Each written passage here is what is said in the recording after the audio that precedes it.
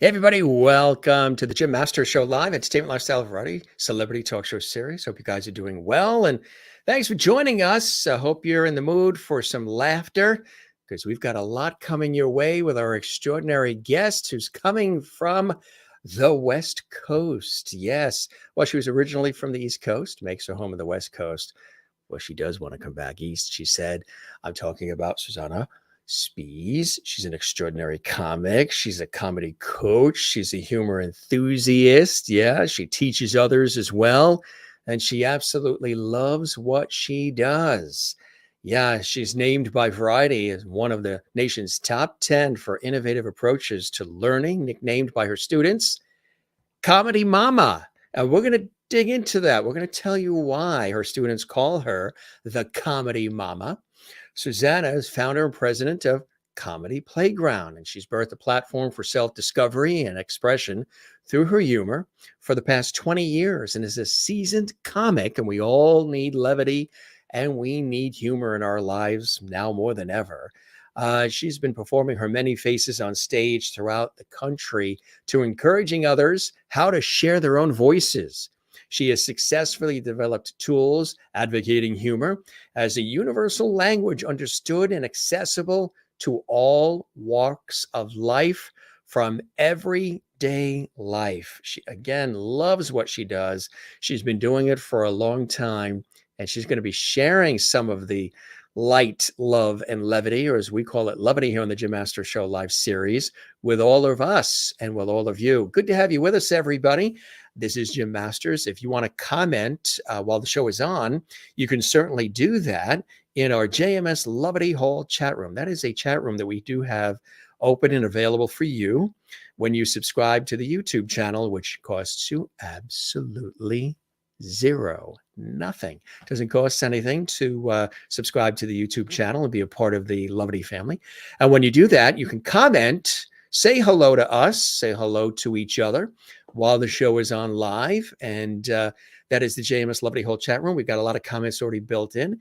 If this is your first time watching our series, we welcome you.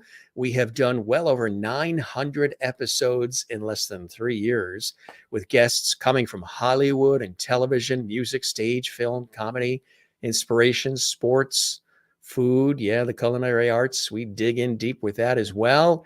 And inspiration and Broadway stars and child stars and health and wellness, science and nature. We cover it all. It's just like a traditional talk show series.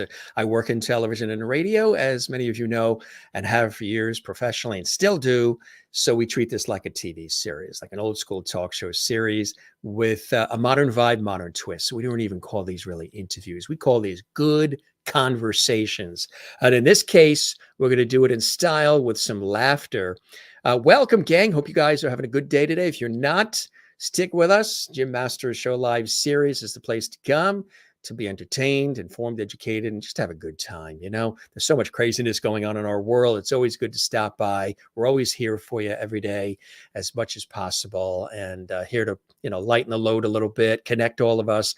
We welcome our international audience as well. We have viewers that literally watch JMS from around the world. So we originate here in the New York area, New York, New Jersey, Connecticut, tri-state area along the southern New England coast between New York and Boston.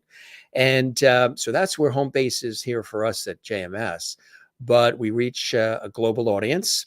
So we welcome everybody. We want to do a nice welcome for everybody in the United States, Canada, Mexico, South America. We have a lot of viewers in Brazil and Argentina and all around South America. Also, we welcome everybody watching right now in Europe, Australia, New Zealand, Asia, Africa. It's really extraordinary where the viewers come from and where the reach is. And we absolutely levity that. So if this is your first time here, welcome. Join us as often as you can because we always have a good time with this unique broadcast that we call the Jim Masters Show Live series. All right, it's time to welcome our very special guest joining us from LA. Again, if you want to comment, we allow you to do that in our comment section that is in the Levity Hall chat room. Don't forget to give the episode a like and leave a comment in the comment section of our YouTube channel and subscribe and help build a wonderful community here, as we've been doing that since we started. Coming out of, it's 3 years ago, which I cannot believe. It's absolutely amazing. It goes by in a New York minute. And here she comes. There is Mm. Susanna. Oh, Hello. Susanna. Da da da da da Da, da. da, Da, da. And da, da, da, da. I'm not from Da, da, da, da, Alabama, da. but I Not from sometimes have a Alabama. banjo on my knee. You never know. She's from Jersey. I'm from Jersey. I can talk to you like this. I want a sub. I want some coffee. I'm That's having fantastic. tea. Yeah. How are you? I'm well. I am well. I am very grateful to be in freezing cold weather, believe it or not. I think Well, it's we like the warm you up in Levity Hall. East Coast in me, the blood in me is always kind of craving that cold, and it's been legitimately very cold here in LA, which is kind of an Yes, it interesting thing. has. You've been So having the East Coast snow. We only had our first snowstorm yesterday, and it yeah, was maybe about 4 or 5 inches. And now it's still on the grass and a little bit on the trees. Roads were cleared within hours of it. We know how to do it here on the East Coast, especially the Northeast. Take care of that snow. It looks beautiful, and it's amazing because all winter long we've had like zero. And the ski resorts up north, they want the snow, and even the ones around here, they want the snow. We're along the coast, so we don't get as much. yeah. But I think everybody wanted the snow. They're like, we actually don't like the fact that we didn't get any. So we got some, and now we're pretty good for a while. There might be a little something over the weekend. But yeah, the West Coast has been unbelievable. I was on a TV shoot in January up in Napa Valley, which is beautiful. And that was the time when the flooding was happening in Northern California in Yeah. January. It's been strange times, and certainly humor and levity are needed pronto to get through these crazy, unpredictable times in life, right? Oh, Mother Nature's having a ball right now. I think, especially, Los Angeles or Southern Californians are not used to knowing how to deal with weather at all. But I think even kind of Mother Nature is kind of the joke's on us. Like, power lines are going through and pavements opening up. I'm like, what? So yeah, it's definitely eye opening. But I personally love a little change in weather. I know you mentioned Napa. I have had family that my father used to live in that area, Sonoma. So, we're kind of always on like preparing ourselves for all kinds of different crazy wind, crazy fires, craziness. So, again, I'm inside, so I can't complain, but I'm loving that I can look outside and actually be like, whoa, it's cold. So it's been nice. It's been great, but it's so nice to see you. And thank you so much for having me today. I'm so excited to see you and welcome everybody that's watching. Thanks for watching, The everyone. levities, all the levities are in place. Yes. Yes. Some of them comment, some of them just quietly watch and then support. They'll email us or they'll do something on Instagram, Twitter, or Facebook at Jim Master TV to support what we're doing here. How did you decide to pack that bag and move west, young lady? When did you decide to do that? Well, I'm only 23, so it was just a Yes, few years ago. it was just a few years I ago. just a little while ago. No, I went to school in Colorado. I'm from Princeton, New Jersey originally, and then I just kind of kept on inching west. I had two siblings that went to school in Colorado as well, and then another sister that lived there. So I had a great kind of insight to seeing. If you've never been to Colorado, by the way, big recommendation. It is Yes, just it's beautiful. so Yeah, I've been to beautiful. Red Rocks and Ah, Denver and so great, so great. So I went to school at CU in Boulder, and then I kind of kept going west afterwards. I ended up in San Francisco, living there for 7 years, and kind of tuning into my acting there. I was sort of not really an acting major, but I was a minor. I was an English major with an acting minor at school. And then I was doing quite a bit of acting in San Francisco. And then I was like, I gotta scratch that itch. So I made the move down to LA in 97. And I was pursuing my acting career, which I still am. And then comedy just kind of fell into my lap. And I was like, oh boy, I'm hooked. So I just really got the bug, a good bug that didn't last 24 yes. hours, No, it was a lasted good 24 one. years. Yes. And yeah, so here I am now, many, many moons later. Now, there's no way that, coming from New Jersey, you didn't have humor in the blood or in the family. a little bit to inspire you early on? Oh, well, I think, listen, I've always said, our whole life experience is where you can draw comedy from. And there's definitely humor sometimes from the good and not so good. So I had a very eclectic family. A lot of my comedy comes from my family. My parents, they're no longer on this plane, but they were German Chilean Jews from New Jersey. And so there was a plethora of wonderful material that I would draw on, especially, having had the privilege of growing up in a multicultural home. And then my sister was hysterical. She was, I think, the funniest in the family. And yeah, I mean, I was fortunately the youngest of 5 kids. So there was a lot of activity in my family, even though I was a lot younger than some of my siblings that didn't live there while I was young. Listen, I was up in my room, like doing comedy shows with my stuffed animals. I mean, whether that makes me Sybil, Yes. I don't know. No, But it sure does. I just enjoyed Absolutely. it. Building characters was kind of on the onset, I'd say, when I was like maybe 11 or 10. I had a fairly strict upbringing, but a very good one. But, my parents were both educators. And so, not much TV, lots of reading, piano lessons, pretty disciplined. And so my escape was to build characters in my room, which many artists I know have done. That form of escape and, finding some sort of a way to kind of root yourself in the land of the imagination was mine. So if I had a fork or a spoon, it all of a sudden became Pedro or, Juanita. And then it kind of Right. carried out from there. And yeah, so I pursued my acting career from a young age. And I think that answered your question. It But did, yes. yes, Yeah, you yeah, pursued it from a so yeah. acting was first, and then the comedic understanding and timing and all of that sort of developed. Was it that you noticed it, or did people started noticing it in you? That Um, you're funny. Shoshana's funny. Oh, thanks. I mean, I think that, when you really love doing something, it's both. You can feel it and other people can feel it because you're committed to showing it when you're doing it. You can't really hide behind a lens in comedy. You're that's it. You're kind of what you see is what you get. But I absolutely adore doing characters. That's kind of my thing. My ism is what I call it. And so I think the acting has always been sort of the first thing I was doing as far as a performer from a very young age, but it was incorporating characters. And then when I started doing stand up, it was a very welcomed platform because I was doing characters in my stand up. And so that's what I do even now. So I was very welcomed, and I'm very lucky because it's been a really wonderful community. It was much smaller when I started out. There weren't a whole lot of women doing comedy at the time back in 1743.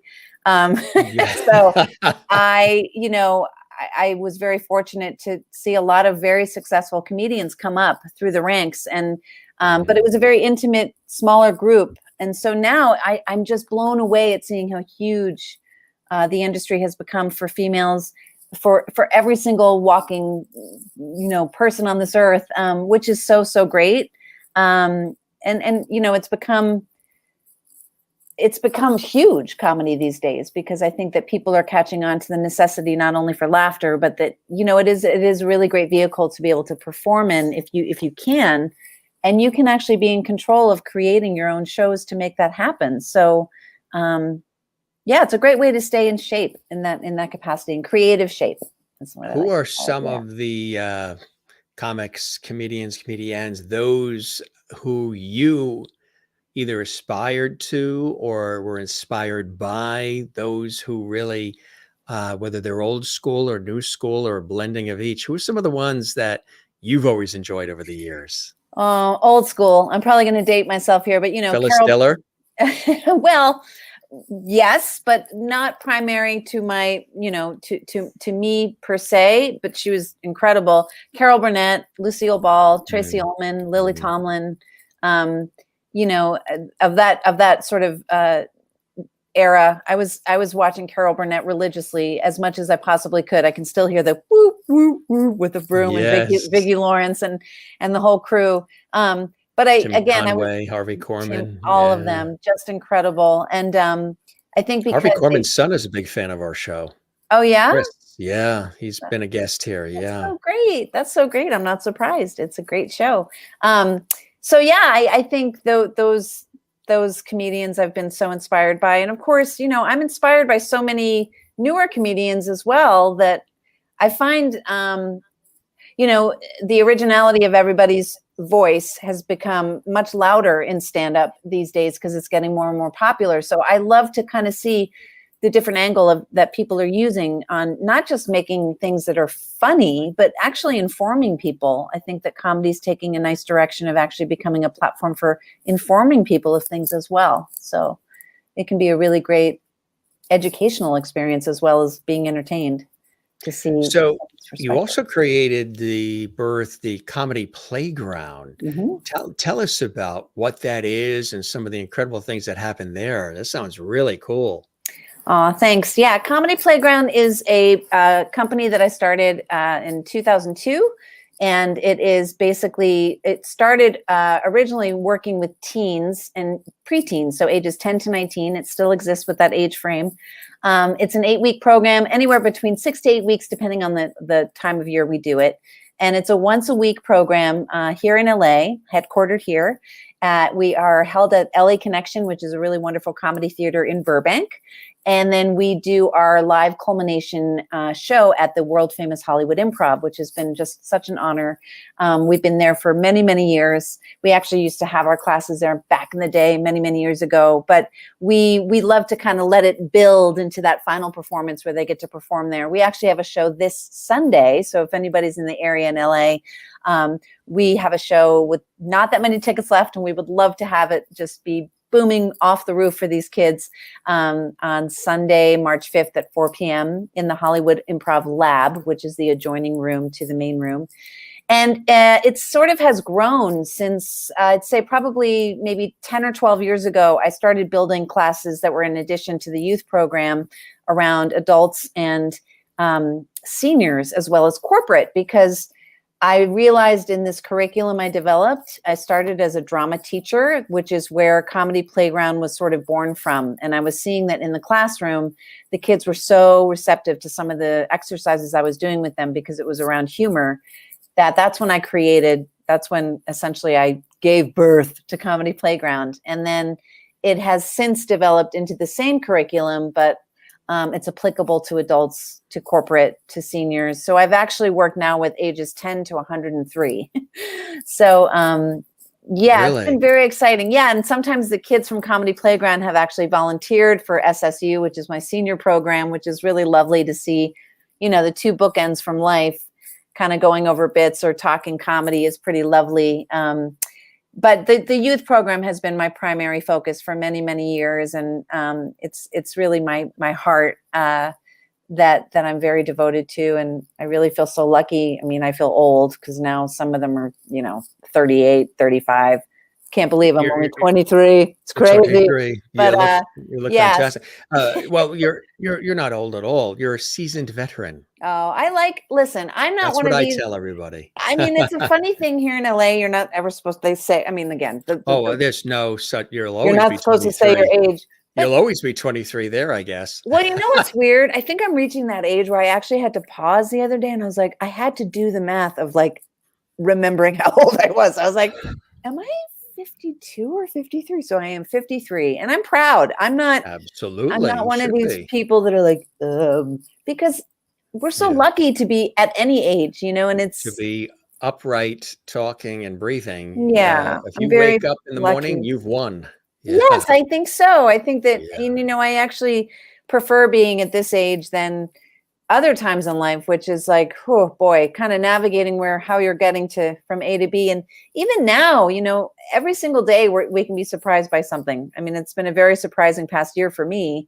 And I think that, I think I got that from other members in my family. We've always kind of had a young heart, and I'm really grateful to the teens and the kids that I work with because, I don't want to be that old fart that's like, all right, kids, like get up to the mic. And, that's just awkward. So I do have a staff of wonderful people that work with me at Comedy Playground, and everybody's very young hearted and spirited. And aside from the in-person programs, I do Zooms from I love that you have audiences from everywhere. I love that you mentioned South America because my parents were brought up in Chile. So if anybody is you know, in Santiago, hola, ¿cómo estás? And, I love Zoom for that reason. I have adult classes that I teach on Zoom on Saturdays that are ongoing. And I've had students from Dublin to Argentina to Canada. Wow. So that's kind of the beauty with online, Yeah. So. You mentioned that it's been quite a year.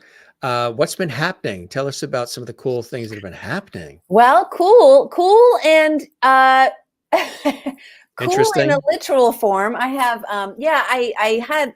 I don't want to go on a Debbie Downer note because it's a great, wonderful discussion we're having about comedy. But I did have a pretty significant car accident about a year ago that left You me with a mentioned that. condition that I was very surprised by because it out of nowhere I got completely T-boned at 35 miles an hour and. It's been challenging because I have a condition that is, it's a ongoing condition. It's a nerve condition. It's called CRPS, and it's a real walk in the park. Let me tell you, it's my dominant hand and arm. So I've been sort of not able to use it too much, but as I speak and I breathe my sort of passion of comedy, I have been really working hard at trying to transform it into something positive and doing dictation and figuring out my ways of just keep on, practicing what I preach. And I've been able to actually successfully, hopefully, fingers crossed, create a one-woman show that's going to be debuting in New York. Yes, I'm very excited. It's called Wasted, but it's Waisted. You will find out why. And it's going to be debuting at Don't Tell Mama, which is a really great cabaret Oh, theater. sure. Yeah. I've been to many, many times. Cool place. Yay! Yay! So I'm excited. So yes, it was a very challenging year. Definitely, life throws you curveballs, and it's been very challenging. I can't lie. It's hard when you have, Yeah. it's a chronic pain condition. So right now I'm like, no, I'm just kidding. This is a great diversion because again, you have to use what you can in life in any positive way. And if you don't, that's when you're in trouble. And so I started kind of going down a little bit of the loophole of like, quicksand. You got to figure out a way to kind of get in front of something and use whatever you're dealing with in a positive way. It sounds cliche, but it's really, really true, especially with comedy. It's actually a gift. In a messed up way. I don't know if I want to say CRPS is a gift, but I'm transforming it in a way that I hope can be transformative, not just for myself, but for others that maybe have a chronic illness that can help them in some way or otherwise. So yeah, it should be That's fun. beautiful. That Yeah. really is beautiful to be Oh, using, the experience in such a way that's so powerful and inspiring to others. I think that's beautiful, and thank thank you. you for sharing that. Mhm. Because you never know who's going through what. We all go Yeah. through different things in our lives, and we never Yeah. know what the day is going to bring us. It's how we react to it and what we do with it that really matters most, right?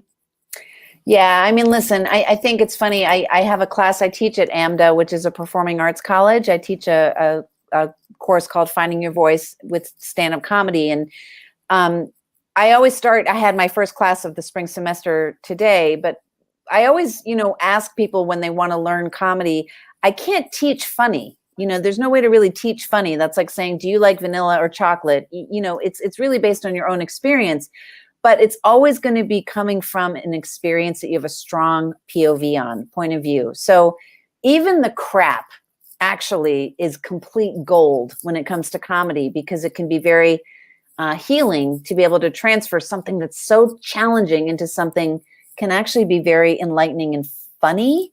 Not that the situation is funny, but you can really get levity from trans sort of steering the ship in that direction. So the basis for stand-up and anything comedy is, as far as I see it, really is that it's rooted in a strong point of view. I mean, anything can be funny if you really have passion around it. Traffic can be funny if you're really pissed off about it.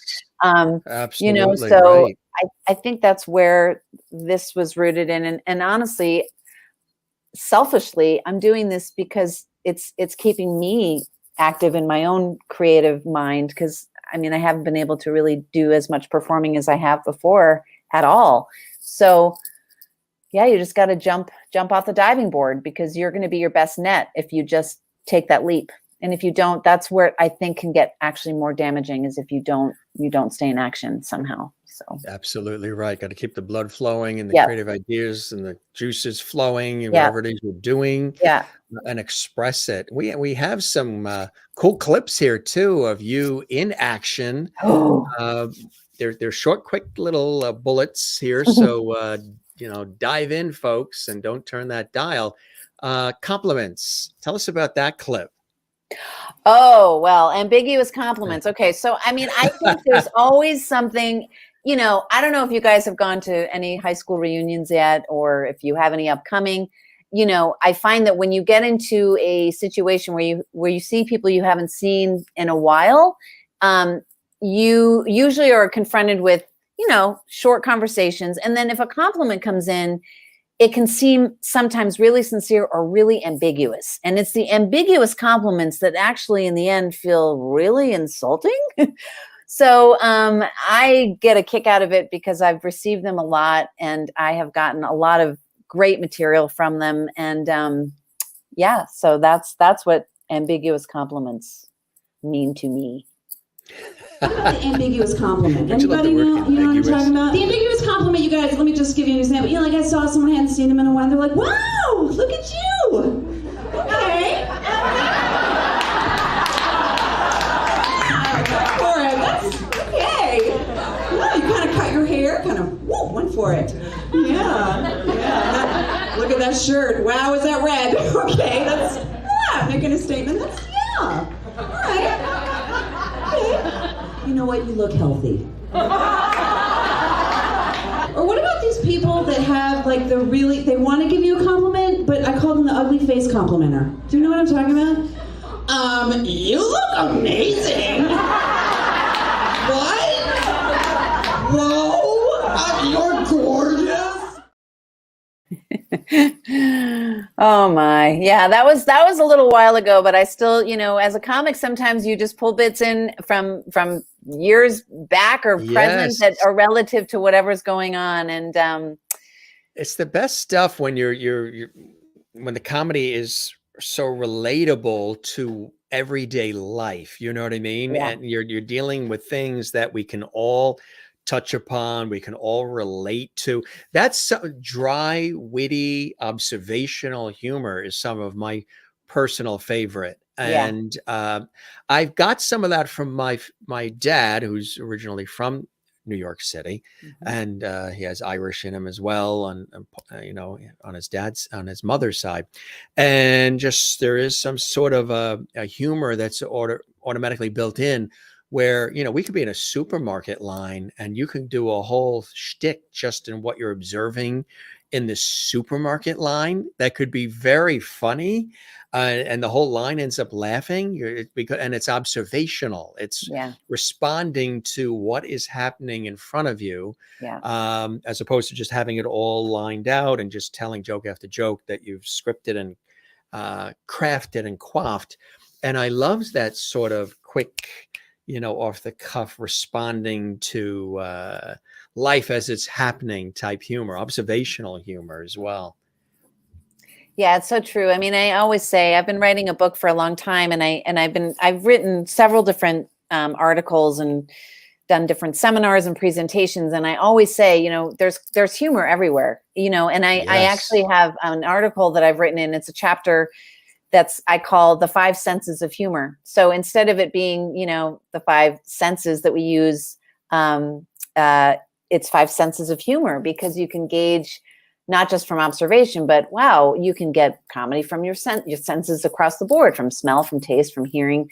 It's really kind of untapping your comedy lid, is what I like to say, and really opening yourself up to knowing that there is comedy literally everywhere. I mean, there's been comedy even in the most mundane things. If you take a walk around the block, you never know. I mean, I don't know. I won't say any bad words on here, but my dog, who I love more than anything in the world, she took a poop, and my poop bag had a hole in it. and she happened to go The poop. poop bag had a hole in it. It had a hole in How it, does that which was not happen? funny. How But did that happen? I think it just got caught in my keys in my pocket. That And wasn't a $300 ticket, was it? well, what would happen was but finding comedy in the mundane, she actually took a poop on a church lawn, and I was like, but in that moment, I said, "Holy beep," and I was like, "But up." I mean, a little, but up. But again, Yeah, yeah. in those moments you least expect can be great comedy. So you kind of have to always be attuned to knowing, even in a doggy bag, or in any situation you're in, if you have to go to the DMV, when you go to Oh, Trader gosh. Joe's, when you Yeah. go to, the bank, just be observant. There's always a situation that you're going to base your opinion on in some sort of experience, because you're building a life experience. And that is exactly like you said with your dad. That's a great recipe for finding a lot of comedy. Yes, the comedy in life. Yeah. Absolutely. I remember there was a friend of mine that was visiting. This was out east on Long Island, and visiting for the weekend, the house, and I had to go to the TV studio, so I had to leave. So he took my friend to the full service gas station so they can get gas, because they were going to drive back home a couple of states over. I believe it was up to Massachusetts. And so they pulled up to the full service station, and they're sitting there and nobody's coming out and there was no self-serve, available at the time at that particular station, which launches you onto the highway. And so they're sitting there patiently, and the friend, she isn't saying anything. But my father is already beginning his routine. So he sees these two, teenagers just sort of standing there, and they work there at the station, but they're not coming over to do the full serve gas. And so he reached a certain point where he just rolled down the window and said, "What are we doing here? Posing for pictures?" Oh my gosh. And then they laughed, and then it sort of sparked them to come over, and, "Oh, there's people here. There's a car waiting." It's just like, It got them going. you just It, have it, to, you, it put the yeah, gas in their step. There you go. We had a little bit of a it pause. I got don't it know. going. Exactly. Oops. I have Yeah, a the really Wi-Fi big, is acting a little crazy yeah, there we tonight, go. so it's It's okay. delaying. Yeah, we're a It's little bit of a delay. it's Mother Nature's laughing so hard. That's why it's shaking it up. It's It's delaying the shaking the humor, earth. right? We're spouting out the humor, and then it's doing a pregnant pause, Oh yeah, it's waiting for giving the us. laugh track to come in. Yep, it's giving us a nice standing applause, for sure. We also have another clip here that we want to definitely show. And this clip here, and again, more humor. This is name clip. Tell us about this one. So I have a name that people seem to always mispronounce. And I've gone by, you name it, I've gone by it, whether it's good or bad. I respond to They it all say because spies, right? so they say Susanna Spies, but but it's not just Susanna, because like I said, my parents were not, they're American, but they were brought up in other countries. So the emphasis is actually Susanna. It's not like I'm putting a little Right. sort of affect on it. It's literally my name. And my last name looks like Susanna, Spies, yeah. but it's Spies. And so it's always, I've gotten Suzanne Spies, Susanna Spies, Susan Spies, Joanna Spies. So, oftentimes, I mean, you name it, I've been named it. Like I said, good or bad, but I have a name bit that I did for many, many years. And, it always goes over, because for people in the audience or people watching at home, I'm sure maybe you guys can relate, unless you have a name that's literally like Bill Smith, unless you're saying Bill Smith. It's hard when you have a little bit more of a complicated name. People tend to mess it up. So this is what this name bit is.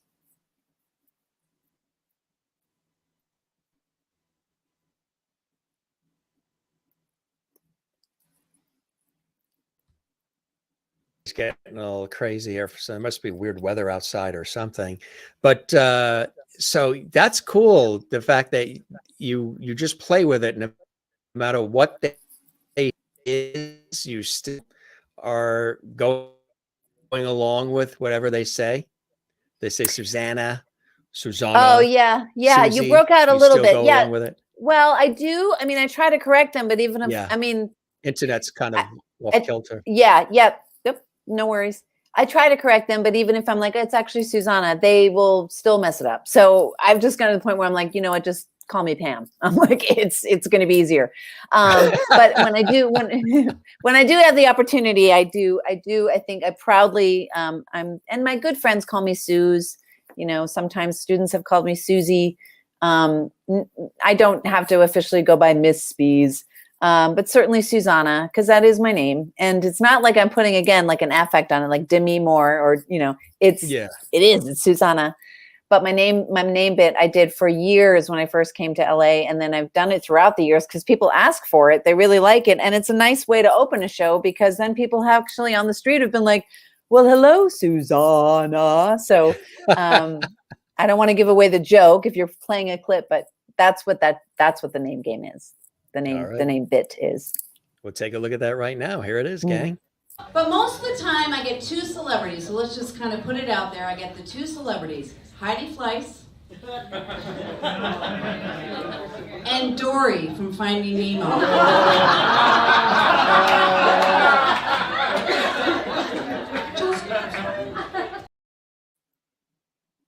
Oh yeah, that too. I get the celebrity. I'm telling you, over and over and over, I've gotten like, you look a little bit like, honey, doesn't she look like Dory from Finding? I'm like, oh my gosh.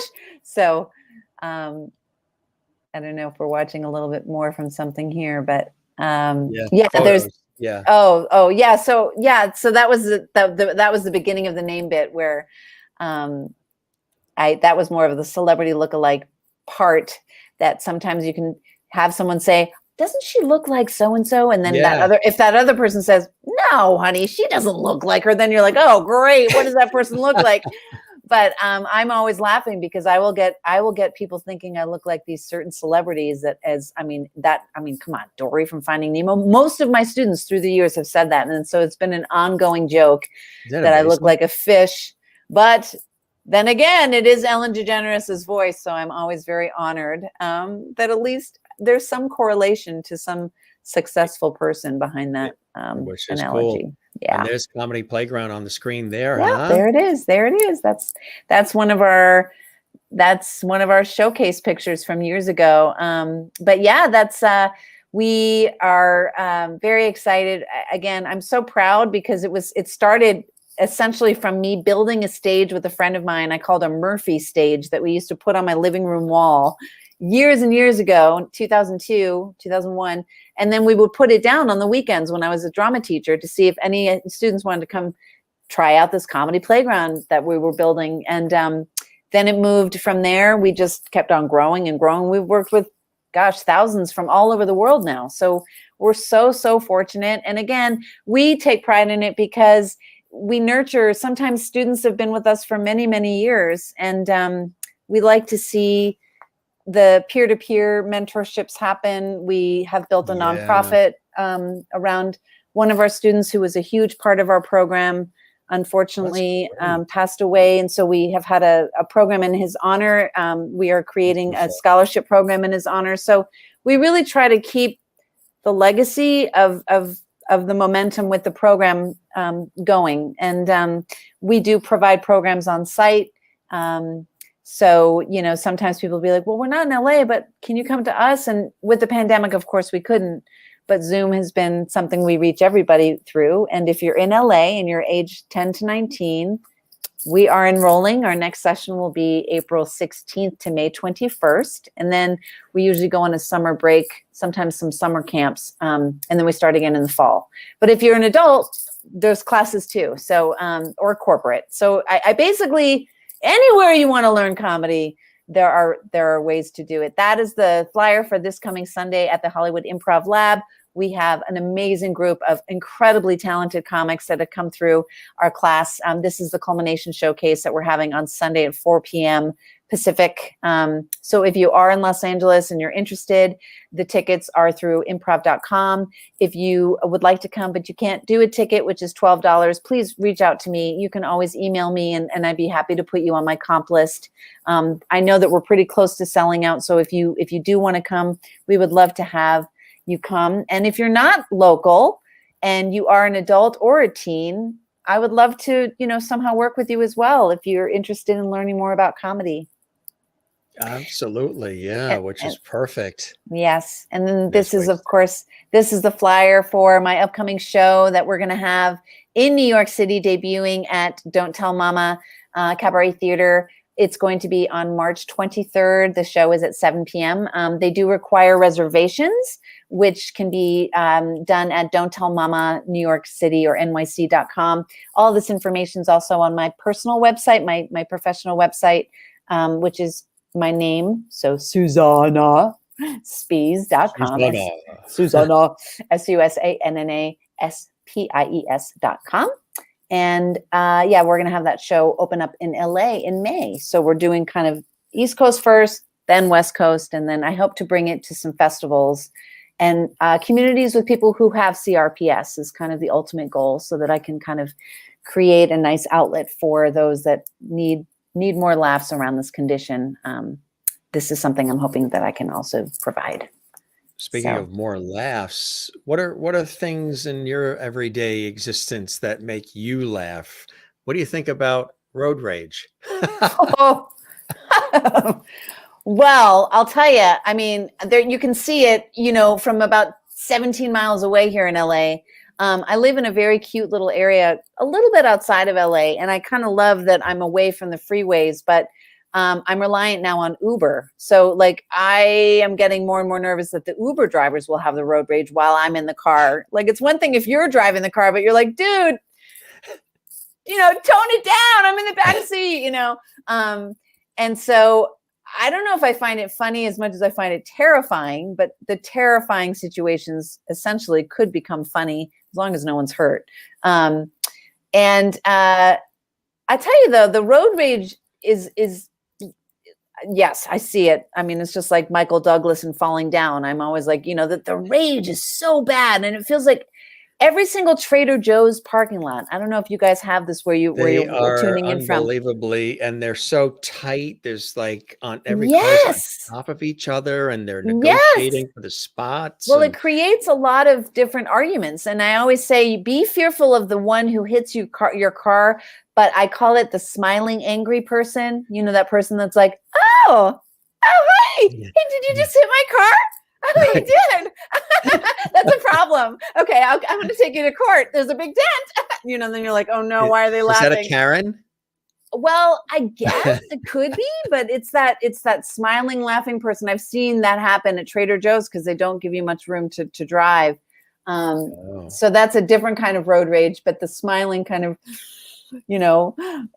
about to explode road rage is just as scary, I think. Where did this whole Karen thing start, where people are just going in and flipping out in stores, flipping out everywhere about the slightest? And you see these videos online of people just going crazy because they're short one extra drop of ketchup on their fries or something, and the world has ended, and they're throwing the fries in the air at the staff. And it's like, people, I just think across the board, sadly, there's a very low grade.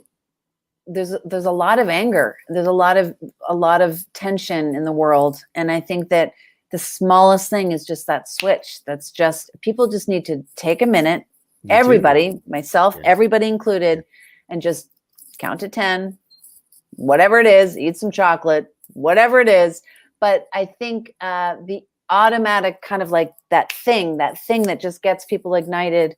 You really, it's about taking that extra step and just trying to breathe and take a pause. Because again, I don't think the intention is there that people want to do it. I don't think it's like, the Karens of the world are looking to be Karens of the world.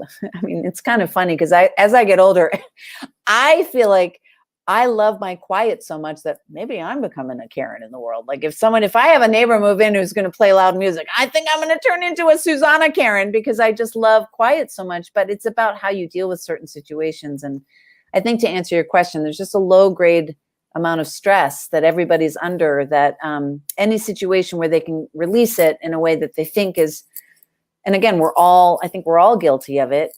That's where that comes from. I don't know.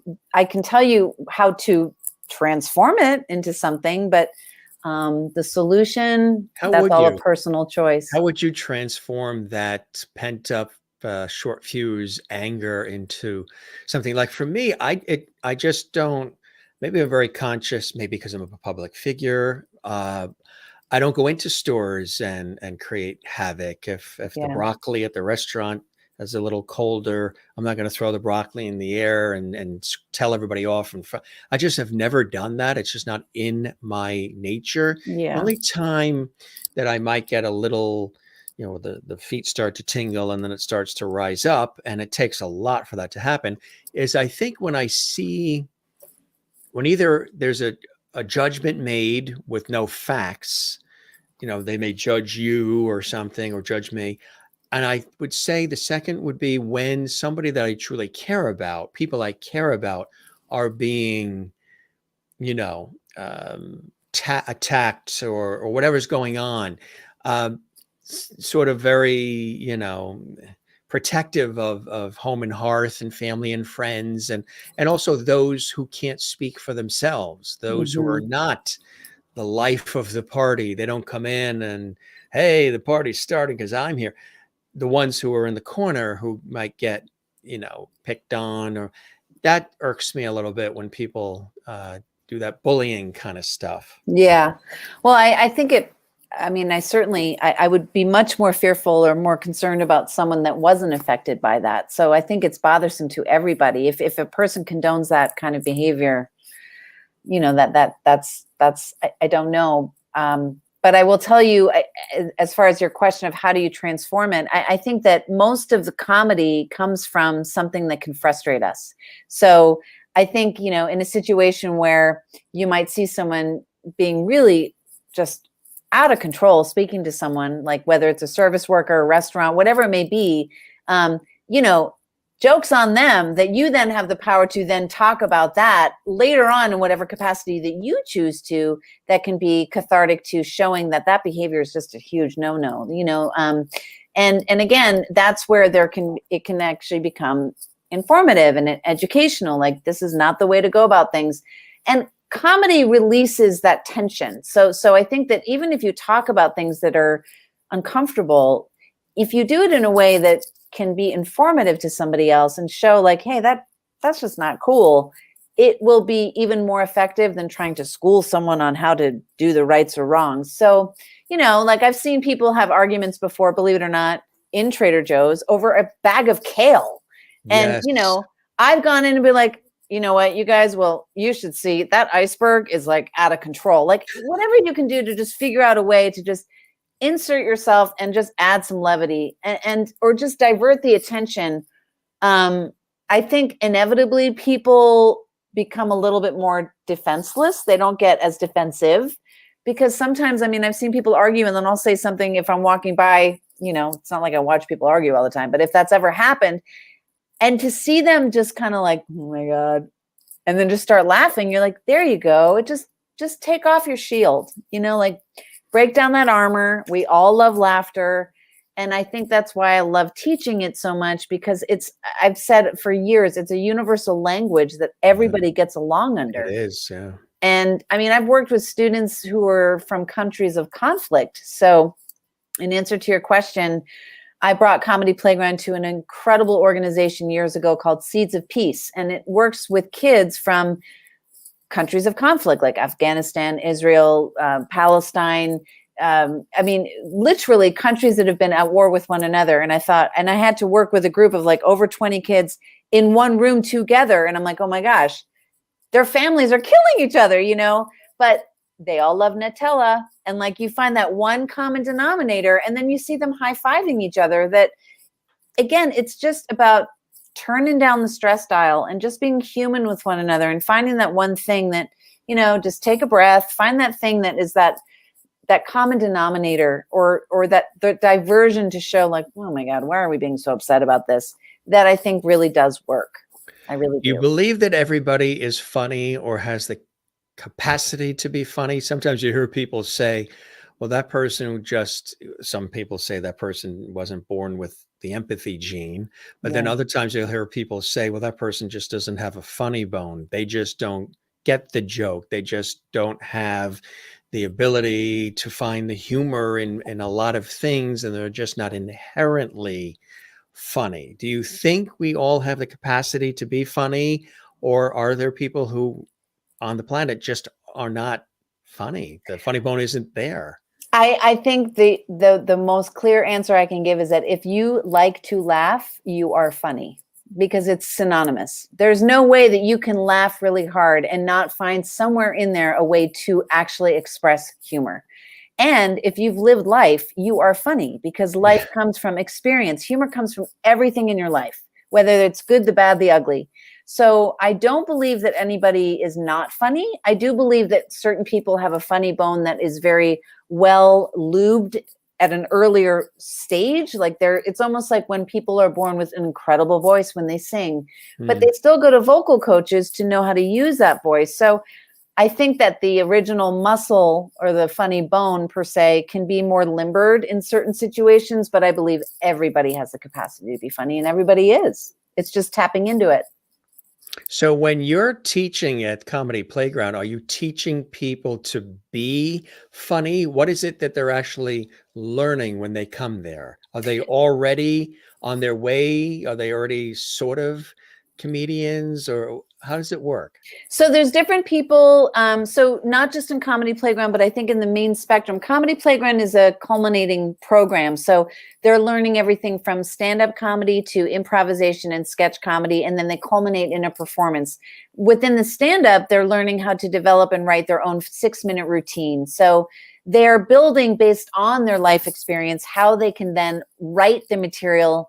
And there's a very specific curriculum that I have been using for many years that they learn, and again, young students are learning this as well as old students, how to set up a joke, how to write the act outs, how to deliver. Comedy is very rhythmic. So the course is more designed around how to find those things that really kind of get those juices going around, what their points of view are on the world. And those are through original exercises. And then the second portion is really kind of honing in on that muscle of how to structure your set and how to then, of course, ultimately deliver it in a live performance. And I do have comedians that have been very, very successful. And I actually coach some professional comedians as well. So, I don't believe, sure, there's different levels when I have, either an advanced or group or a beginning group, but ultimately the curriculum is the same for everybody. Because everybody's experience is unique to their own situation. But ultimately, the takeaway is that they're not learning how to be funny. I have no way to control that, but I can definitely provide. I always say, I don't teach how to be funny, but I provide a platform to share who you are through humor. And there's a difference to that. Like, I can't teach you how to be a great musician, but I might know how to give you a couple tips on how to play a couple a couple different, not guitar, but a couple scales on the piano. I know the techniques of humor, but I think ultimately the funny comes from the gasoline that you personally put into it from your life experience. Very true. I agree. Here's a great shot here too. Mm-hmm. What's happening here, Susanna? That was, I think that was right before a show. Yes, I think that was right before a show. Just saying hello and doing my little peace sign to everybody. And that was before one of our shows, or maybe right after. I always like to go and sort of obviously host the show. That's me doing a show. I believe, that was, I think, at the Lab as well. That was me performing.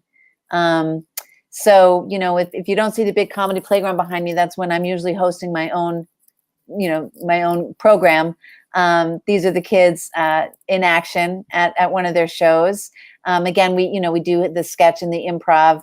as well as the stand-up. So you're kind of seeing a culmination here of different action shots. And of course the high five, which is so nice to see because they don't know each other coming in, you know? And I think it's like, I think what I love from it is like, yeah, I'm 53, but I'm a teen at heart because ultimately we all want connection. And so when I see them connect, that, you know, as corny as it might sound, that really does make my heart really full. I don't have kids of my own, but I like to say I've had thousands of kids through this art form, and I'm so proud of it for that reason. So, You doing the acting as well? yeah, I am. I actually had an audition today. Congratulations! Did you do Thank you. self-tape and all that? I did. Yeah. And again, I have to say, you know, some actors are like, yeah, I don't know about this self-tape thing because I Yeah. like to be in person.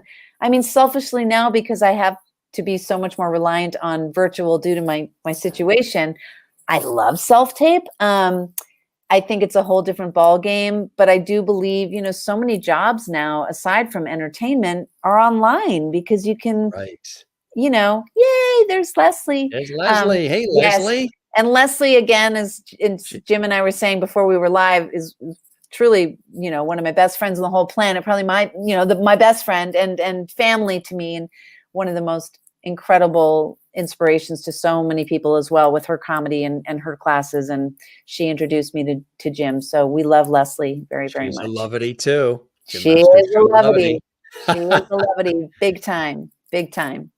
So it's really great because, like we say, you mentioned humor is healing. It really, really is. And it's also a great icebreaker, a great leveler. Like I can't tell you how many times I've gone into crazy situations, a television studio, a radio studio, whatever it is, on stage where there's all kinds of crazy things happening, chaos Yeah. behind the scenes. And, you know, they'll throw me out there or I'll show up into a TV studio or a radio station, whatever it is, and everybody's like, "Ba, ba, ba, ba, ba, da, da, da, da, da," and I'll come in and I'll just say one line or something calming, something easy to help temper it down. And then all of a sudden they'll be like, "Oh my God, thank God you're here," Yeah.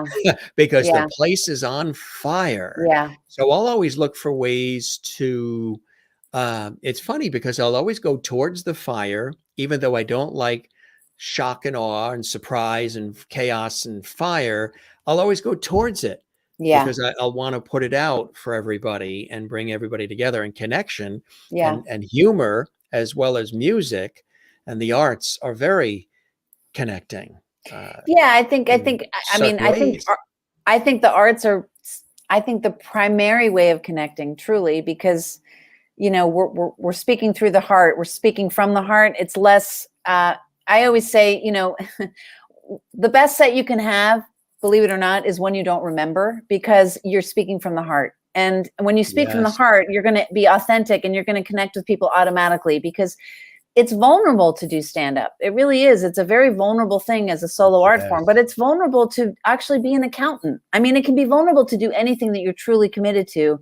But I think in the capacity of really, you know, just based on connection and knowing that you can really break through people if you show that you're being vulnerable and you're being authentic in the way that you're talking, you know, people they'll gravitate towards you, you know, like I'm sure, I don't know if you can relate to this. It sounds like you probably have the same experience, but you know, when you are a comedian or you're that person that can kind of add levity, right? You are that person that can be a great icebreaker to situations, which can be really great, but a little tiring too, to like, okay, you got to, Yes. because you have to always, Yes. like, people will want me around because I will add levity to a situation, right? Even though if Correct. I'll leave the situation like I'm cooked, you know, but it's because you know how to turn that dial to lessen everybody else's discomfort, but you know, you put it on yourself. And So how that's do the you crap. find the balance? How do you, yeah, what are some technique? We all have our ways to deal with that when we are the ones who are sort of carrying the load in that way. What do you do to work through that and sort of find once again who Susanna is through it all after saving the world with humor? Saving the world. Oh my gosh. Saint Susanna. No, Right. I think, listen, I don't know if I have the magical answer to that because again, that's just me being very authentic and answering that I am so happy to have people building connection through humor. But when I have to be that person that connects others, and the emphasis has to be on me, kind of like, let's keep the party going. Yeah. Hey, oh, wow. You don't know each other, but guess what? I'm going to be really goofy. So it's fun. The balance, I think, has been actually something that I have had to resort to, not really having a balance. Like these days I'm at home. So I think the balance was done for me.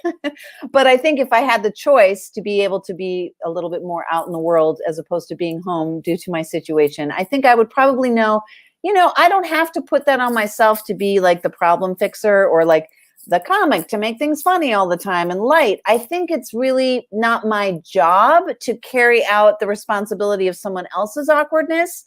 I think that I can do it to help insert comfort, but ultimately, I'm no magic worker. I just know in my own awkwardness, I was very shy when I was a teen or preteen. I guess I go into that zone of having a lot of empathy around people who may feel uncomfortable. So I put it on me to kind of ease that awkwardness. But at times I have to know, it's okay to kind of hold back a little bit, because then other people can learn more if I don't have to carry that for them. Does that make sense? Yeah, right. I Exactly. mean, it's a dance. We're all trying to navigate through as best as we can. I'm a teacher, but I'm a student as well, from this thing called life. So we're all learning as we go. How much do you enjoy teaching and how much do you enjoy performing? And is there one love that's stronger than the other, or is it pretty much equal for you, Susanna? That's a great question. I mean, I think the business owner in me will say, I mean, I really love teaching. So it's a huge part of me. But the real core and root of Susanna is I'm a performer. I'm a teacher from being a performer. And sometimes I have to remind myself of that, because I will get into like the administrative mode and like, making sure that everybody's okay with kind of keeping the programs going. And at times I have multiple programs going. I have a nonprofit, I have a scholarship program, I have a adult program, I have a corporate workshop. So it's great because, again, someone's got to pay the bills, but then I lose myself as a performer. And so the trick for me has been trying to find that balance between performer and teacher, and maintain that. Because people that know me as a performer, it really warms my heart when they're like, we miss you doing more shows. Like, we want to see you. And that actually is so flattering, because then I'm like, oh yeah, that is why I moved out here, So that's been something that's been the learning lesson, is finding that balance. And I think that's why I'm so excited about really diving in and doing this one woman show, because it feels really kind of narcissistic to say this, and this is so not what I mean, but it's just about me. I need to release what I've been experiencing. And it feels a little disorienting, because I'm usually focusing on other people, but this is a learning lesson for me. So, well, humor can be very cathartic too in many levels, right?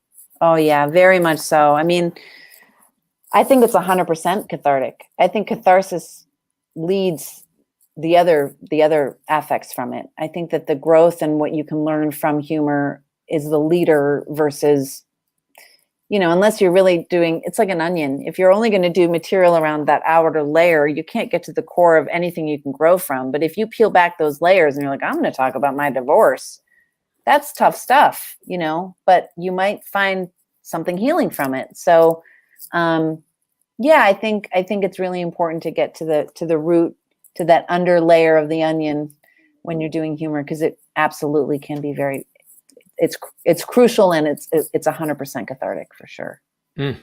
Have you had situations where some of your students have then gone on to bigger and greater things, and then they come back and they report back to you where their career trajectory has launched them to? Yes, I have. I have had really positive situations and tragic situations. So, the positive is that I've asked students of mine that are opening up for, some of the top comedians in the world, now, and they started with me at 15. Now they're opening up literally nationwide they've been with George Lopez. They've opened up for Maria Bamford, Alonso. I mean, huge. And I'm so full of pride, but the joke is that I'm like, hey dude, can you get me on the list to get in? So I've seen that happen. And again, nothing makes me happier. And I think, as I was saying earlier, amongst my peers that are hugely successful now, I've seen that happen as well. I have such joy seeing whatever the trajectory is with success. And I feel so much of that positive as much as I do on the unfortunate side, which is, I've had an enormous loss that I think I mentioned earlier, where, life is so fragile. So, we walk that line every single day. And when you work with more and more people, you're opening yourself up to more of that all the time. Yeah. And so, one of our students was incredibly talented many years ago, and he passed away. And so we try to kind of do what we can again in legacy to this person. His name's Eamon Cannon. But to this day, it's like that lump in my throat. It's very, very hard, especially when a young life is no longer there. And he was hugely talented. But the legacy of what he has done, I believe, has been incredibly inspirational to others. We had a program in his name for many years. We now have a scholarship program. So I think in answer to your question, I have seen success continue to grow, and I've seen amazing success in others on the height of their talents. With life is a very fragile thing. Sometimes we don't know the detour it's going to give us, or we don't know the good or the bad, but we have to really just kind of go for it as much as we can in the moment. As corny as it sounds, it's so, so true. So seize the day, as they say, is vital. What do you say to people who, they're only doing it because they want to be quote unquote famous? We've had a couple people come through here who've said, actors, actresses, musicians, others as well, who've said, especially with acting, they've said, look, if you're only 50% in, and the other 50% is you would like to be an accountant, be the accountant. Because in order to do this kind of thing, being in entertainment, being in any of these arenas, public figure, in the public eye, entertaining people, informing them, whatever it may be, inspiring them, it's going to take 100% of you. And you're going to have to go here, there, everywhere, and all these different hours and travel and whatever. You got to invest in many different ways, the emotion and blood, sweat, and tears, 100% to have it really work. I would imagine that makes quite a bit of sense, huh? You can't be half in, you got to be all in. Yeah, I mean, I think I'm not as motivated. Again, like I said, I have coached people who are on shows, and they are adult, well-known comedians, and they're very successful at it. So they've already been established. There are others that are on their way. I will support whatever anybody's journey wants to be. But if a person just wants to do stand-up to their dog, great, or to themselves, whatever the case may be, I'm not as interested in, I'm certainly not motivated as far as like making you a star. If you are on that path, I will support you 100%. It's not up to me. I can help coach you in whatever way that a person would want to learn in whatever their personal goals are. So it's not that I would deter that path at all. I would just say, if that's what your passion is, I work with actors and comedians all the time. If that's, again, your focus, go for it. I will fully support you, but I'm not going to hold back the reins on any one way or the other. You either want to go that path, that's great. If you want to go and you want to be a salesman, but you want to have a really funny pitch at work, great, I can help you there. If you want to, learn comedy because your English is your second language and you want to get more comfortable speaking in front of a room, great, I can help you there. If you are going through a terrible divorce and you've got to find the funny in it somehow because you're falling apart, I can help you there. And again, I'm not saying this like, I am the miracle worker. No, but I can teach comedy within those capacities for whatever a person comes in to want to learn from and what their goal is what I try to achieve. Well, one of the greats is here and wanted to say hello. Mr. George Burns is in the house. George, George. Oh, So to set the George. standard in many ways, yes, You're there he is. amazing, George. No one can With listen. You he you hold just it. You and Billy Crystal, as far as I'm concerned. I think that and Mel Brooks and Carl Reiner. I actually had the pleasure of having met Mr. Reiner, and that their family is very dear to me. And so these legendary figures that we see, but George with that cigar, is he holding yeah, a cigar? I hope. he's got the cigar right There you go. there. My aunt collected I can smell dolls, it. Oh, and really? she had a room filled with years and years of very expensive collectible dolls. Really loved doing it, and this got passed down to me through the family. Oh. And we've put them on, from time to time. Once, actually, on a nostalgic episode, everybody fell in love with him.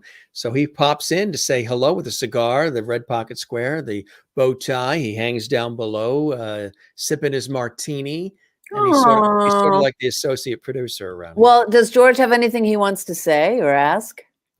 here. He's been just George. sipping away on the martini, but he's absolutely loved the conversation, he said, and he's sending love to you and your family from him and Gracie. Well, You George, got we God hope, on your side too. He played God in the movies. listen, we hope that we see you very soon. And we know you are God. Listen, we know you're looking out for us. Just be careful with that cigar. Don't start fires. I'm not sure I want to see him too soon because he's He's kaput. so, yeah, He's like- exactly. so I think George, the- she means that in a different way. She Yes. loves you, but we don't Oh need to yeah, not we'll too see- soon. We'll see you on the Jim Masters show, but then the rest of the Yes. day when the show's not on. Oh yeah, yeah. Don't light any cigars, and like don't come home and smell cigar smoke when he's not around. That would be a little too She too, doesn't too mean it weird. literally. Don't put in any orders or tell anybody up above. She's ready. No, not yet, not yet. Not yet. Not yet. No, not yet. She still has some Exactly. car payments to finish off. Yes.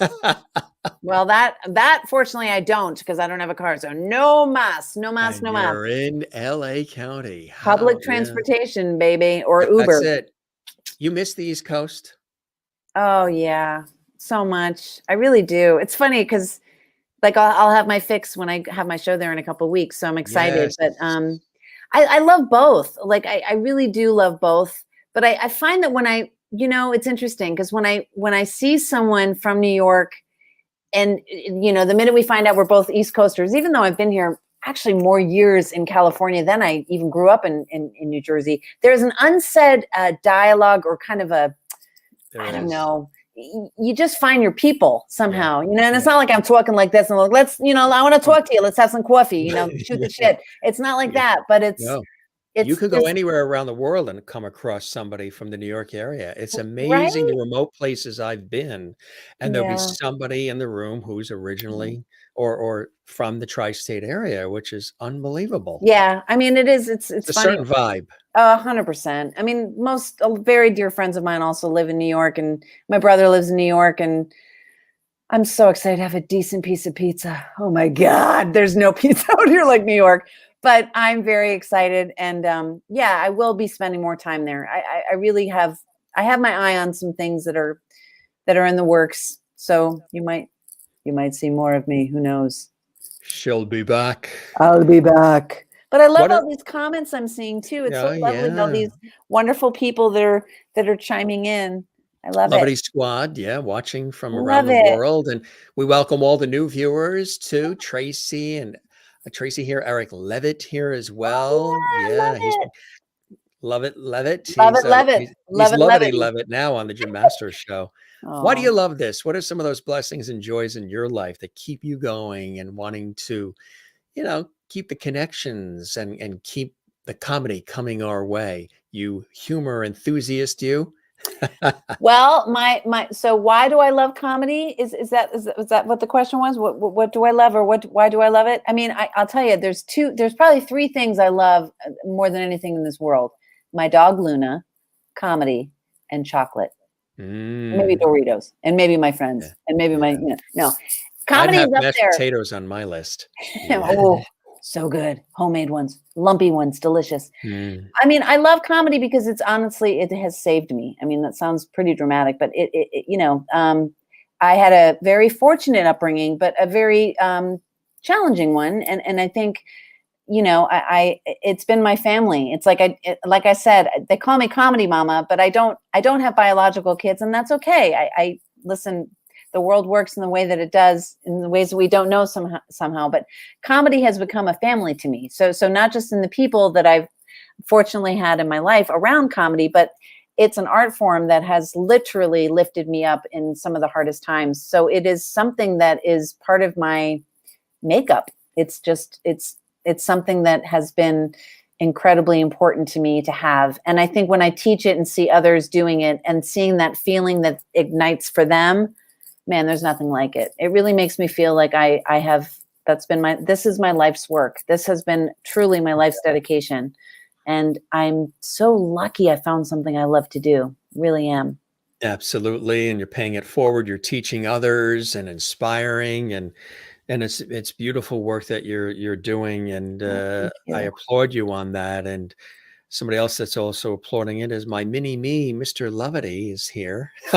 Oh, This was sent by a look at viewer. that. Christmas Wow. time, Maureen in Arizona had this custom made Mr. Levity That. and sent it along for Christmas in a big box. And Amazing. I thought at first that was Norm Macdonald. It looks a little bit like Norm Macdonald. kind of, I would say a little bit. Right? Yeah, sort of. Oh, Yeah. what an amazing group you have of people gifting you these beautiful things. Do you guys want my address? What'd you I think can about send you my Susanna? address. I'm just kidding. Ask him if he's single. Ask yeah. that doll if he's single. Hello? What's going on? There's going to be like a doll.com. What a cutie pie. That's He's so going to fly amazing. into Burbank Airport in the morning. Can you pick him up? I can. Well, I can't because I can't pick up anything aside from my phone or like a piece of this with this hand. Well, Susanna can send a car. I can send a car. I have Uber and Lyft, speed dial away, but I love this bobbing head. Lyft. Yes, I have a Lyft for Lyft. I There thought you in go. California everybody has Lyft Well, and lifts. yeah, it's interesting. I've done both. I now have both apps on my phone, and that Lyft is on the East Coast too, right? I think, isn't it? Yeah, LY. but I'm not talking vehicle. Well, yeah, I know. It's like Lyft. Well, Lift this. exactly. Lyft is Right. So if you come back to the East Coast, that's what they would say. Lift this. Oh yeah. Well, I know. Lyft has many, many different meanings, and hopefully adds levity and levity to all of them. So you raise us up through your fantastic comedy. Yeah. Thank you. Thank really you so beautiful work that much. you're doing. Thank you. I hope you enjoyed the time with me and all of us as much as I absolutely Oh my have gosh, with are you kidding? So honored and so grateful. And I think this is as many faces and notes that I've seen in a while, because again, like I told you guys, I'm getting back on the performance track. I have been performing, but not to the level I was at one time. But I'm so grateful for everybody tuning in. Jim, truly so grateful. George, all the amazing dolls, cute little cigar smoking characters, and all these lovely faces and comments I'm seeing on the side here. Marilyn, Eric, Tracy, Leslie, all these wonderful, wonderful people. Maureen, truly thank you. It's just so nice to have such a wonderful community supporting a fantastic show. And I am a big fan. So it's really wonderful. As my father has always said and told us when we were kids, as early as 8 years old, these adult nuggets, whenever anybody says something kind or nice to you, Jim, ask them to please put it in writing and address it management. Hilarious. No, well, I mean, I will be your not, humor activist is one thing, but I'll be a Jim Masters activist supporter in any way that I can, because you're so wonderful. And it's so nice for artists or professionals to have a platform to be able to share what their mission is and what they want to do with such a vested interest. It means the world. I know, to me and to anybody that has had the honor of working on your show, to speak with you and to have this audience that you bring in. That's all you, baby. That's so wonderful that you're doing that. So truly super grateful. I am very, very honored by those words, and we're going to keep that porch light on for you. You are welcome back Oh, anytime. We thank you so definitely much. will have you back. Oh, And yeah, spread the word about the show. We'll continue to spread thanks, the guys. word about everything you're doing. And Thank you. congratulations on it all. And you just Thank keep you. going out there because the world needs more levity and levity Oh, for thank you sure. so much. I absolutely will. I'm loving you all very much. So Oh, yeah. thank you so much. And again, just everybody, just keep finding that funny. It is your porch light in That's your life. I exactly promise. right. Yeah, Absolutely. yeah. You know, we chatted for an hour and 20 minutes. It doesn't feel like it, huh? I went by in a New York minute. Whoa. Well, that's what happens. Time flies when you're having fun. And thank you for everybody sticking around. It's so awesome. They're always here. This is, You're gonna make a sandwich now? this is just the intermission, guys. This is just the warm up. I'm gonna make a midnight snack now. No, for you. Ooh, It's for us, 9:30 yes, there. yes. Woo! No, Have you had dinner yet? I mean, I've been noshing kind of here and there. So I You will, didn't but necessarily commit to that answer, did you? I have not had dinner yet, but I I mean, I well, will, and I am saving myself for a giant delicious pizza when I get to New York, oh, which I yes. will. Yeah, oh, you gotta. Yeah, it's a Oh, must. you It's an kidding? I'm dreaming about absolute it must. already. Those and Dreaming bagels. I'm a uh-huh. foodie. Definitely, I'm a foodie. I think this pandemic and it definitely. I'm a foodie. I'm one of the few foodies in the city, but I'm a foodie for sure. That's I it. eat the carbs. I eat the cheese. It's all good. So So now you know if you ever see her in a Trader Joe's, she's not gonna elbow you for the kale. yeah, exactly. I'll point you to the direction of the iceberg for sure, and I That's it. won't hit your She's car in the parking lot either. So either.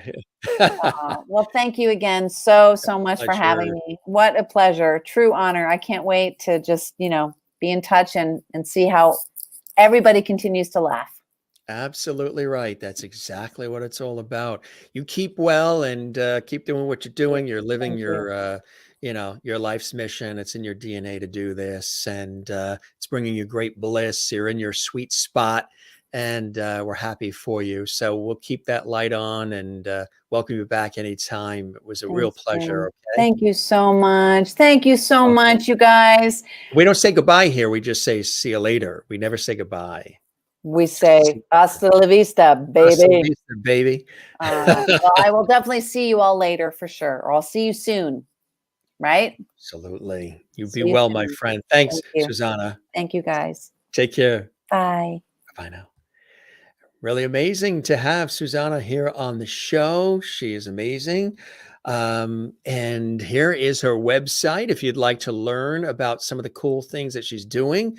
We did mention some of the things that are coming up. She is coming to the East Coast, though she's got a lot going on there on the West Coast as well. She's bi-coastal.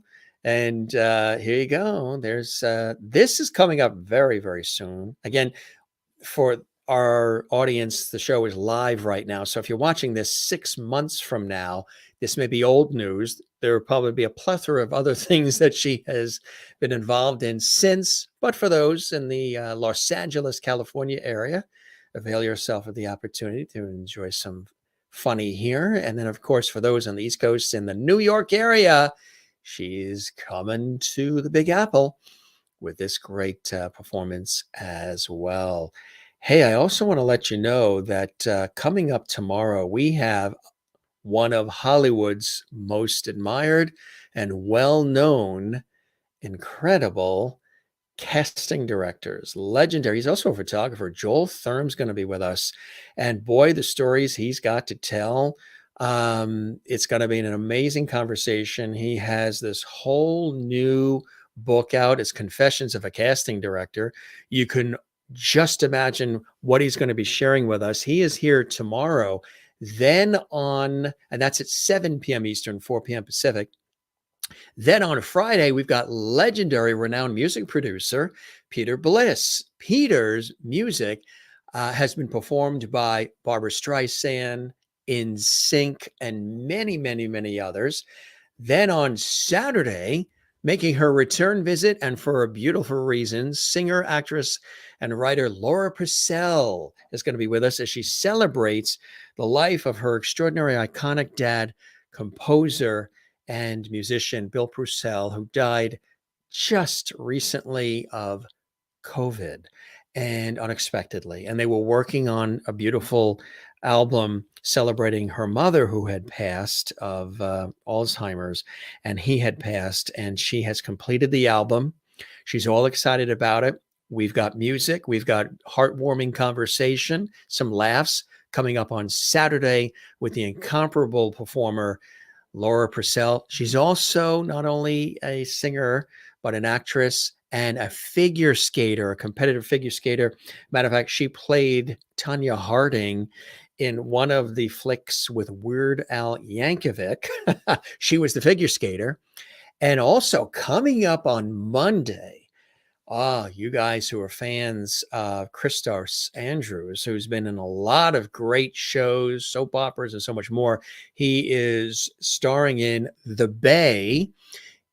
You know that he is an he's the youngest Emmy winner to have amassed 11 Emmys, acting, producing, and directing. All three categories of acting, producing, and directing. He is the youngest ever in the history of the Emmy Awards to have won that many at around 30 years of age and younger. It's extraordinary. He's going to be joining us on Monday. We're so excited about that. All coming up right here on the Jim Masters Show Live, entertainment, lifestyle, celebrity talk show series. We do thank Susanna for joining us here on the show. She was a hoot. She was also very open and real and authentic, shared bits and pieces about her life, past, present, and the things she's working on for the future. And I think that that was absolutely amazing. If you enjoyed this episode, folks, we do ask not a lot. We just ask, give it a thumbs up on our YouTube channel. There's a thumbs up icon. It kind of looks like this, maybe not as fancy and elegant as what it looks like here for us, but thumbs up, give us a like. Also, leave a comment for us as well. We would appreciate that. Drop a comment in the comments section on our YouTube channel. And don't forget to subscribe. Hit that button, subscribe. Doesn't cost anything, but it helps us grow and it helps us continue doing what we love doing for all of you, entertaining and having a good time on our entertainment, lifestyle, variety talk show series. So if this is your first time here, it's good to have you with us. We welcome you and we thank you very much. Thanks for all these great comments. We welcome everybody if this is your first time here. Thanks for being with us. Thanks for all the great comments. We've been sprinkling some of them in on the screen as well. Don't forget, you can also do a super chat, super emoji, super stickers. If you levity what we're doing here, that you can do in the actual chat room when the show is live. You can also support us at any time. There's a heart icon on all the episodes on YouTube, hundreds of our episodes, all of them. And you can support by clicking that heart icon. It's called Super Thanks. And we really appreciate that. Kathleen Walker in New York City saying, fun show. Thank you, Jim. Thank you very much. And Eric Levitt, nice to see you as well. And everybody, all these great comments coming in. We don't say goodbye around here. We say see you later. Ciao, cheers, hasta la vista. We say moi loop, shalom, sayonara, avida zain, cheerio, slancha. Take care, be well, and don't forget to relax. Take care of one another, love one another, and don't forget to take care of yourself and laugh a little. Take some time to laugh. One of the best things is to laugh at yourself because sometimes we're funny. You're funny. I'm funny. We're all funny. And if you need to learn a little bit more about how to be even funnier, Comedy Playground with Susanna is the place to go. You guys are great. Thanks for being with us. And Kathleen adds in here, thanks, Jim, for all you do to bring us this show. Always appreciate you. Now go eat and relax. Thank you very much. I appreciate that. And Maureen in Arizona, who sent the little Mr. Levity that you saw, the mini-me. This was a bloody blast. Thanks for a wonderful conversation with Susanna. Jim, have a wonderful rest of your night. You as well. And Eric says Susanna is very sweet. Yes, she is. Absolutely. Absolutely right. You guys are fantastic. Thanks for being with us, gang. This is your host, Jim Masters. Thanking you for your time this time. Till next time, I'll be back with another great episode tomorrow. Don't forget, you can binge watch hundreds of episodes right here on our YouTube channel, Jim Masters TV, and enjoy doing that. We've had guests coming in from Broadway, Hollywood, television, film, music, stage, sports, comedy, food, inspiration, and everything in between. So for all of us here, thanks for joining us on this episode. We hope it put a smile on your face, and we'll see you on the next one. I'll be right here waiting for you in the host chair on the Jim Masters Show Live series. Take care and be well. We love you all, and cheers.